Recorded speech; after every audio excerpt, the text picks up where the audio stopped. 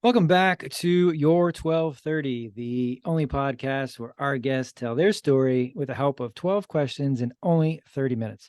I'm your host, Mike Salitro, and we are very, very excited to be joined by Karim Kerachni. Karim has lived all over the world, born in Quebec, grew up in France with Algerian roots, spent time in Eastern and Western Canada, as well as Kuwait and Malaysia.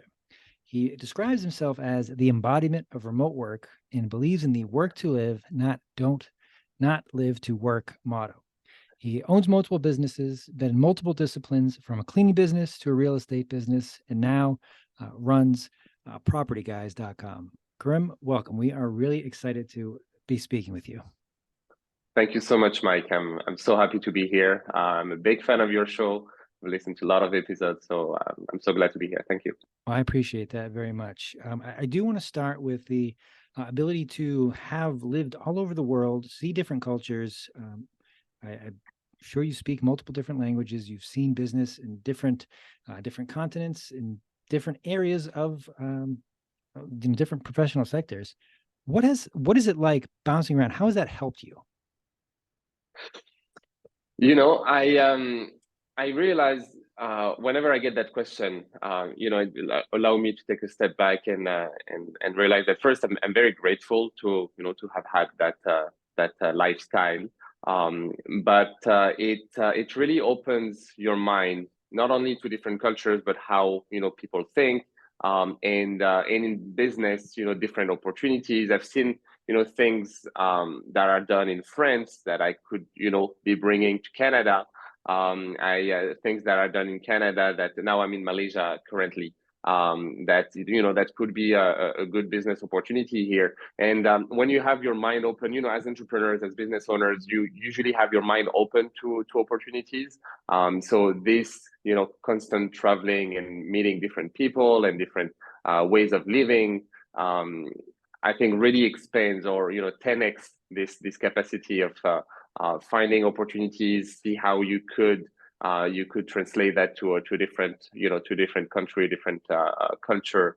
And I mean, just overall, I think it is important. We have one life on this earth. It's important to get out of your comfort zone, get out of your bubble, and see the world. I love that answer on multiple ways. The open-mindedness is really important because I think that's what keeps a lot of us static, whether it's geographically in one job, in one role, in one place, because we Hmm. don't have the ability to kind of see past that. But the way you talk about it is not just being open-minded to, well, this is how business is done in France. Maybe we can try this in Canada. It's not only business, it's this worked is a lifestyle. How can I make that work for my business here, there, or kind of making multiple pieces fit in different ways. So I love that answer, and the open-mindedness comes across as you talk about it. Um, Being able to be in a position where it's the live to work mantra. When did that kind of change for you? Was that something that you started with, or did you kind of evolve there? I would say no. I didn't grow up with that. I haven't I haven't been a very hard worker in my early days. I think it really changed when I started a job with a company named Vivint, home security, smart home. It's Canadian, sorry, an American brand from Utah that is all over the U.S. and all over Canada. And I started working with them in Calgary, Alberta, so out west in Canada. And it was I started in door to door sales, which is one of the hardest jobs that you can do, as Yes, it is. most people know. Yeah. Pure commission. You have to grind. You have to be out there. And so around one thing that was amazing with this with their training and their support is that they don't just teach you how to sell their products, but really the whole mindset. And we used to wake up early as a team, wake up early, go to the gym, do some reading, do some whatever meditation, then practicing our pitch together and so on every single day. It's usually only during the summer, for most sales guys. And so for 4 or 5 months, you do that consistently, and so you learn not only obviously hard work, tenacity, but also how to have a whole lifestyle around being successful. And so that's something that really impacted me to this day. Obviously, learning sales skills, those soft skills, communication, and so on is extremely important, and I highly, recommend it to anyone, whatever you want to do in life. But on top of that, having that mindset of working hard to work hard and play harder, type of thing. So I kind of took that, I think, to my current life, and it grew it. I mean, it evolved in my life to I'm very focused in having a really good work-life balance, and that's what I mean by this little mantra. For me, what's important is not, you don't just work to make money so you can then, eventually have some vacation, or eventually go, on retirement, and go travel. No, in my opinion, the focus should be on your life, whether it is your family, sports, and volunteering, and all those kind of things, spiritual, your spiritual, religion, and so on. And work, I see it almost as a secondary aspect in my life, that I fit in my schedule instead of the other way around. Instead of having a schedule around work, and fitting in what I enjoy and what make me happy, before and after work. You know what I mean? Absolutely. I think that's what kind of unlocks everything there, where it switches that I'm not going to be sitting at this desk for 40 years so I can retire, or I can go on that 2-week vacation that I've been working 50 weeks for. And I'm not sure that everybody gets there. So getting there at such a young age is fantastic. And I use the word unlock on purpose because you have opened so many doors by doing that. I wrote down, have you read The 4 Hour Work Week by Tim Ferriss? Oh, absolutely. Because I mean that's what It's just comes one of comes to my. mind. Yeah, absolutely. I read it a while ago. I didn't even finish it because what I liked was really the first part. If you remember, the second part is just, it's very specific advice to to take your business on the road. But the first part is how this new type of wealth. I think you call it the new rich, NR, and this wealth of freedom of space and time and so on. That's really what's important to me, a lot more than making millions. I would trade that 100 times. Having my freedom of space, going wherever I want, working and doing everything I want, and not being tied to a job, or not tied to a specific goal that sucks the life out of me. So yeah, the 4 Hour Work Week is one of my main influences. Likewise for me, and I put you on the spot, but you nailed it because I just re-listened to it in the last few weeks, and I stopped at about the 70th percent because I was like, this is a little tactical for what I need. And the new rich is exactly how he describes it up front, and it was as good 10 plus years later. So I'm glad that Yeah, we overlap there. What I wrote down from absolutely. your answer about door-to-door sales, one, absolutely, you're right, spot on that sales skills are universal for no matter what you're doing. And some people will say, I don't want a cold call. I don't know this person. Doing door to door, not only it's cold call plus, because you're there face to face. There's no hiding. You're going to get a response, and Yeah. you have to think on your feet. You can be told many different things, as I'm sure you were. What looking back at it, you speak about it very fondly. It was very you were smiling and you talked about it positively. Is there a story that you have going back to what that experience was like for you? So it is tough, and I remember a lot of times where you want to give up, probably even every day. You want to quit and give up, and you just go home and whatnot. But now looking back, I do remember it very fondly for what it brought to me. But also, I almost feel like, compared to being a business owner, it was actually pretty easy. You just go, you knock on doors, you give your pitch, you get inside, and you get them to sign, and you repeat. Looking back, compared to being a business owner, a realtor, a lot of other jobs where you have to take a lot of work at home, a lot of headaches, and so on and so forth. But to answer your question, there is one story that does come to mind. I don't know if it's the best one, but I was selling security systems and smart home, and I had this guy, beautiful house in a small town somewhere in Alberta, and we had a great conversation, and towards the end, you know what, please come back tomorrow, which is something we know how to go past that. But because we had a good time, we had a drink together, I've met his family. I spent probably almost an hour in his home. I was like, you know what, yeah, no worries, you want to sleep on it, I'll come back tomorrow. And I don't know if you see it coming, but next day I go back and I can't find the house, and the house actually burned down during the night. Everyone was fine.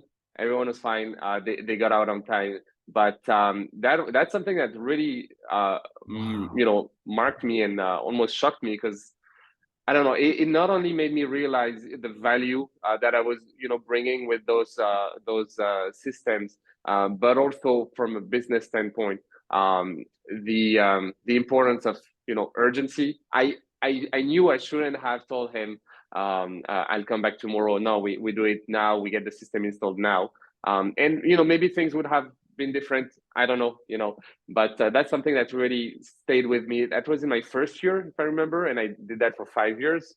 And it stayed with me. I remember his name. I'm not going to mention it here, but I used to even use his name 3, 4, 5 years later. When people are like, "Can you come back tomorrow?" I'm like, "No, I'm not." That's an incredible story. And you said you might know where this is going. I had no idea where that was going. I could have guessed for the next 25 minutes, not even come close.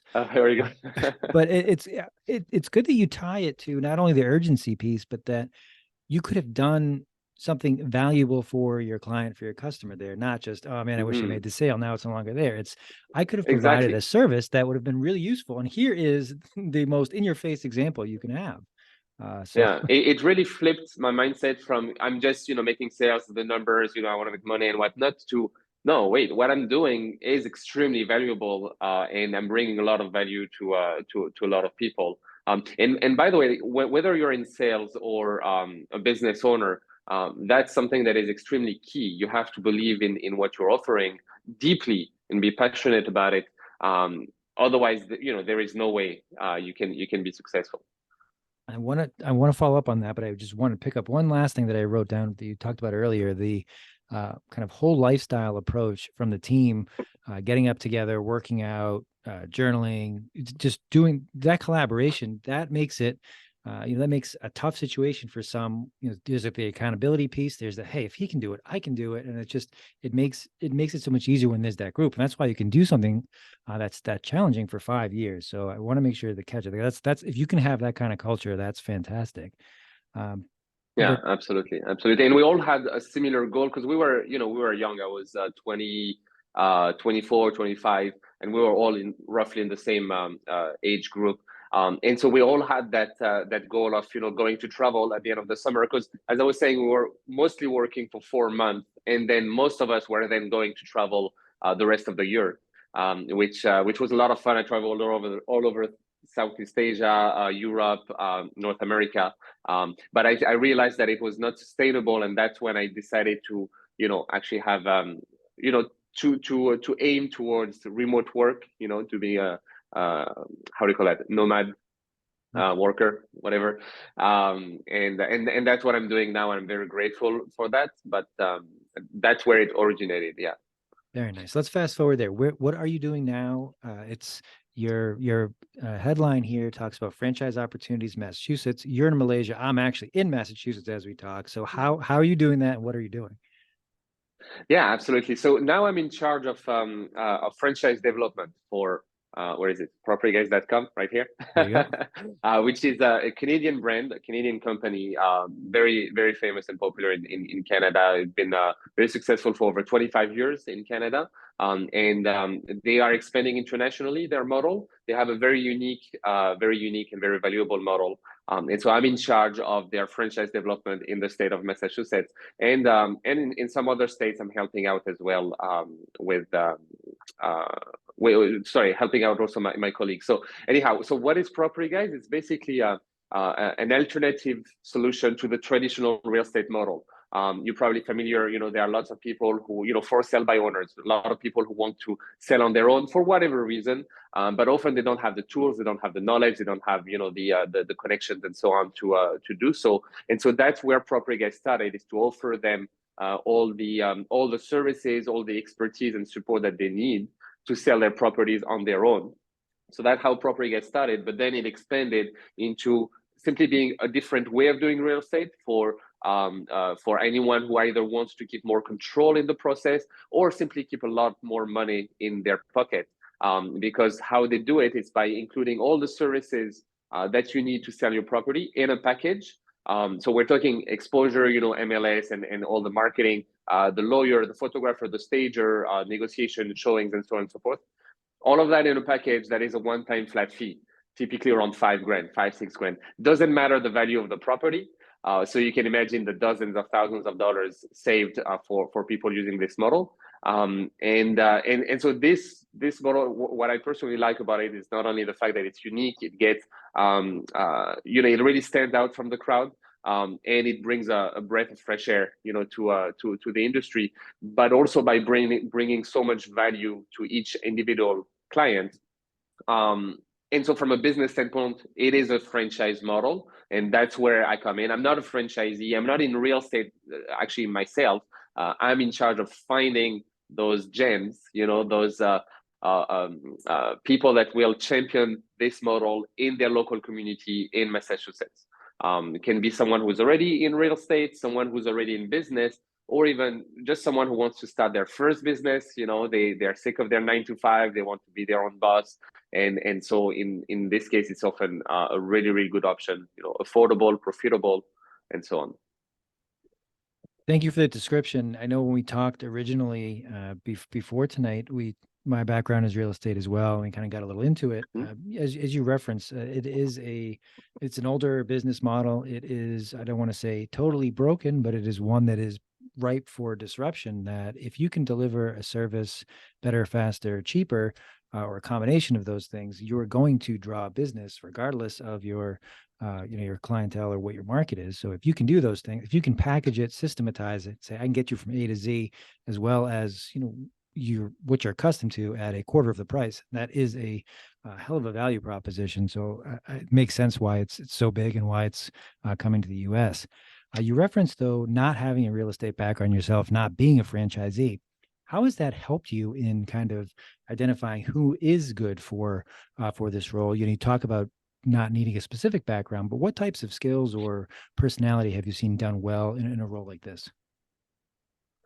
Sales, first off, since we were talking about that. So I discovered that opportunity kind of randomly from my accountant, from my other business, who mentioned something to me, and I dug into it, and really loved the model and the company from day one, and more over time. So that's why I wanted to get involved. Yes, I don't have any official experience or skills in real estate, but my job is really, as I said, to select. So not only it's a big part of marketing and sales, so to advertise and educate people on this opportunity, educate them also along the way, kind of guide them along the way as they want to become franchisee, but also select the best one, the best fits, because it's in my best interest and in the company's best interest to have only excellent franchisee in each region, because the success of one franchise ripples in the neighboring ones, and that's how we grow from territory to territory. And so how did I figure out what is a good franchisee? I just talked to a lot of them within our company and in others, but we have about 100 franchise right now up and running. So I've talked to a lot of them, some new ones, some older ones. The veteran has been with Property Guys for almost 20 years. The newer ones, just a few months, and I'm often in touch with them to know about how they got started, their challenges, their successes. One of the newer franchisees started just 6 months ago. They already have 50 listings and worked with almost as many buyers. Simply, and I just talked to her a few days ago. Her name is Tony, and she told me from day one, her and her husband Mark, they decided to not bring to simply follow the process, the systems in place. Property Gas has been doing that for 25 years, has had many franchisees reaching over $1 million a year. So if they follow the process to a T, they would be successful. And she was right. So Yeah, but now I've been doing that for about a year. I've talked to lots of people. I have a few people who got started. So you gain experience even on the job. Sure. No, no, I want to clarify. That's a good answer. I did not say you didn't have real estate skills. You mentioned yourself as not having a real estate background, but your skills certainly from what you've done, the way that you present, you certainly are skilled to pick up real estate any second. So I wanted to say between your sales and your business background, no doubt you have real estate skills. But I want to ask with franchises similar to, and I think they're more, I will say, accepted in a market than, let's say, a network marketing approach. But I'm sure you get pushback saying, what's the catch? Well, how's this going to work? Or I don't know if this is different. This is not going to work where I live. With your sales background, with your entrepreneurial successes, how are you able to help people see that? Yes, you might have a bad story or a bad feeling, or you may not know really what this is. How do you help them kind of open their eyes? This is a good opportunity. This is a good opportunity for you specifically because. Yeah. So there is so more recently, I've started to focus my approach specifically to real estate professionals, to real estate agents and mortgage brokers in particular, because I feel like they are typically a really good fit, not only from the fact that they know the industry, and it's a way for them to potentially have have a let me repeat this to potentially have two hats, two streams of income. So take a mortgage broker, for example, being a franchisee and dealing with about 100 listings a year. At the same time, those sellers wanting to buy, or all the potential buyers looking for mortgage, he can funnel them into his mortgage business. It's the same for a real estate lawyer, even a photographer, an inspector, and so on and so forth. So all of that to say, I focused a lot more on real estate professionals, and what I came to realize, the pain points. Agents, for example, the main pain points are typically standing out from the crowd. There is in Massachusetts 27,000 agents, and often they also you guys often have a similar value proposition. So being able to differentiate yourself is something important. Owning a business, a lot of realtors that I talk to, and I talk to a lot of realtor, on a weekly basis. A lot of them do have in mind to eventually own a business, and really uh, the only route as an agent is to have your own brokerage very often, right? So this is a way to a different way to own your own business, and being one out of one, being exclusive, owning a territory where you're the only one, where anyone who wants to work with property guys, for whatever reason, they heard about it, they saw the sign, they want to list their house with property guys, they're your clients if they are in your territory. So this exclusivity being, like the only ABC brokerage in Boston, every listing there are yours. So those are the three main factors that I'm often talking about with agents that really strike a chord, and get them to move forward with the idea. Yeah, the I'm not first two. 100% sure if I answered your question fully, because tell me, you can rephrase if I wasn't.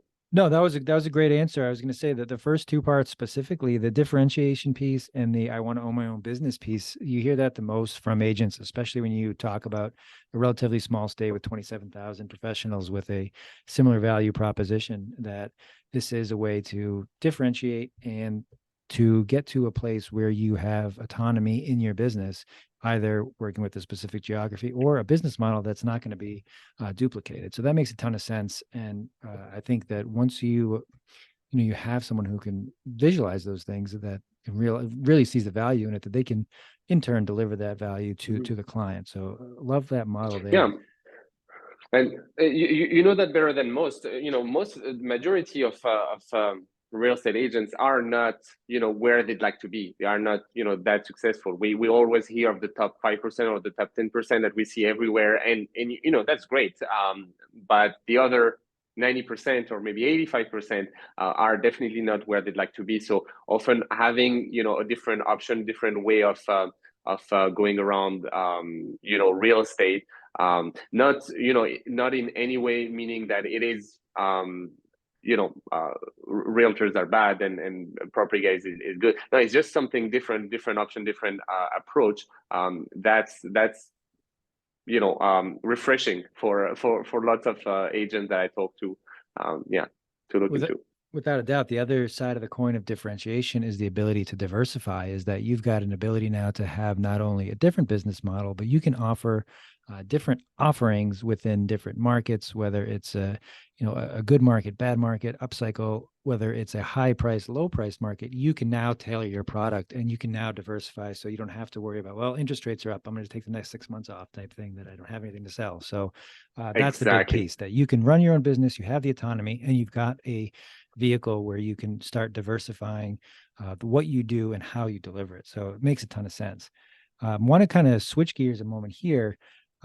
Somebody who took 8 months off and traveled, somebody who has been as many places you are, somebody who understands what's important in life. What do you do for fun, or what do you do when you are not working? So I'm quite busy. I really feel my schedule. My calendar always looks super full, but a lot of things are fun stuff. So here, since I've been in Malaysia, and even when I was in Canada, I do a lot of volunteering. I mean, I don't like to say that because I'm not saying that in any way to to boast or whatever, but I do enjoy so volunteering either in my local mosque or right here where with my wife we're volunteering with orphans, which is something that is very difficult to do in North America. And here we're actually able to go to the orphanage and play with them and so on and so forth. So finding opportunities like that to give back and bring value to others in a genuine manner is something that I really enjoy. I do a lot of sports as well.